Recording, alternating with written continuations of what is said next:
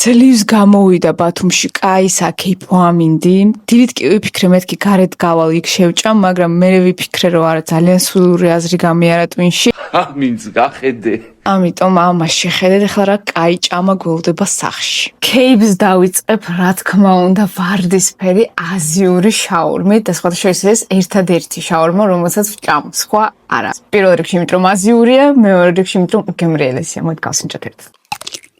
აზიური სამზარეულო ვისაც მოგწონთ, აუცილებლად მოგეწონებათ აზიური ვარდისფერი შაურმა, იმიტომ რომ აქ არის გამოყენებული ზუსტად ის აზიური გემოებით საოცი соуსი. მაგრამ ერთი შაურმა რას მეყოფა, ამიტომ აქ მაქვს ასევე შავი პიცა სალამით და ბეკონით და ორნაირი ხოდოგი, ერთი არის კლასიკური კრავთ შაურმის ხოდოგი და მეორე არის ხალაპენიოთი. კეიბს გავაგრძელებ პიცათი და არ გეგონოთ, რომ შავი არის იმის გამო, რომ დაუბებულია, ეს უბრალოდ ცომი გაკეთებული არის ნახშირით და სხვათა შორის უფრო მეტად სასარგებლოა ორგანიზმისთვის. შემდეგი იქნება შავი ხოდოგი ხალაპენიოთი. გავსინჯოთ.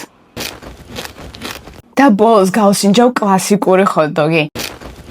კრავთ ფუდის გემრიელობები შეგიძლიათ გასინჯოთ ამათი ფილიალში, რომელიც მდებარეობს ბათუმში ნურის ტბასთან თეთრ კოლონადებთან. ან შეგიძლიათ გამოიძახოთ ჩემნაირად სახში, მაგრამ მე მაინც გირჩევთ წახვიდეთ ნურის ტბასთან, იმიტომ რომ ძალიან ლამაზი ვერანდაც გაიხსნა იქ.